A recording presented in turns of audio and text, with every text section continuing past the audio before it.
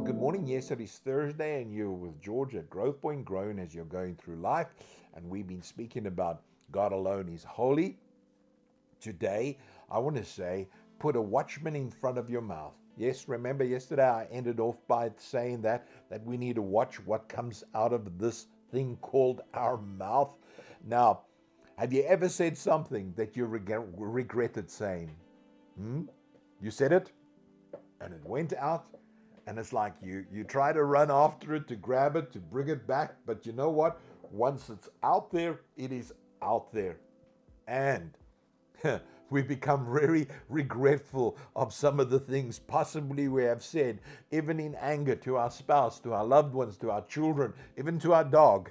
We regret those things sometimes that we say. You see, the moment you said it, you knew it was wrong, but there was no way you could take it back. It was out there for all to hear. Now listen to what James says. This is what James says in James chapter 3, verse 5 and 6. He says, a tiny spark can set a great forest on fire, and the tongue is a flaming fire. Think about that for a moment.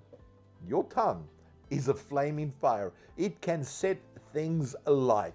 World wars have been started by words that men have spoken. Men and women have been put to death as a result of what men and women have spoken. Marriages and friendships have been destroyed by things that we say. Not so. Again, this mouth needs a God. This mouth, we need to watch what we say, because again, with this mouth we speak life and death. Not so. We speak blessings and cursings. This is what we do with this mouth. And so we need to keep our mouths a God over it, allowing Holy Spirit to take control of our lives. And that is important. That is difficult. For men, I believe it's very difficult for them to do that. You see, the world wars, as I already said, have been started by what men have said. This is why Jesus taught his disciples to keep God's name holy. Come on, just think about that. If I keep God's name holy, then I'm going to watch what I say, how I say it. Do I bring blessings or do I bring cursings? Do I bless people with my mouth or do I curse people with my mouth?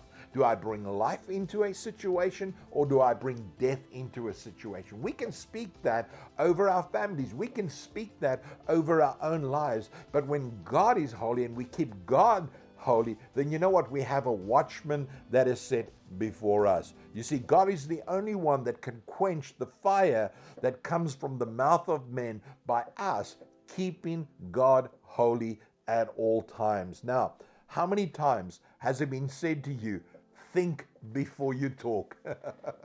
My goodness me. Yeah, I know growing up, think before you talk. And again, sometimes it's difficult for us to do that, because when you're in a place of anger, you sometimes in that place that you're so cross with what has happened or what has come before you, or somebody driving in front of you and does a silly thing, that before you know it, you have these words coming from you and you can't get it back. So we need to watch God. Now, social media is set alight because users do not think before they type. Can I just encourage you, as a user of the media that we have, of Facebook, of Twitter, of what all these other little things that you use today, when you type, think before you type. Before you send, read it over, ponder about it, pray about it. Ask God, will this bring life or will this bring death? What I'm just about to send, when I press that button, what will I do when I send that button? Am I going to bless somebody or am I going to curse somebody by what I've said or what I've written? Now again, we need to keep God holy. By keeping God holy, we're going to put a God over our mouths. You see, when we're hurt by what others say, take time before reacting. Think through. Ask yourself, will I keep God's name holy if I respond? And how will I respond? How am I going to respond to the negative things that people have said about me? Now remember this, when Jesus was standing before Pontius Pilate, all accusations were made against him. And you know what Jesus said? That's right. He said nothing. That's exactly what we need to do at times. At times, we need to say nothing. You know, there's an old Afrikaans saying, if you remain quiet, that too is an answer. Not so?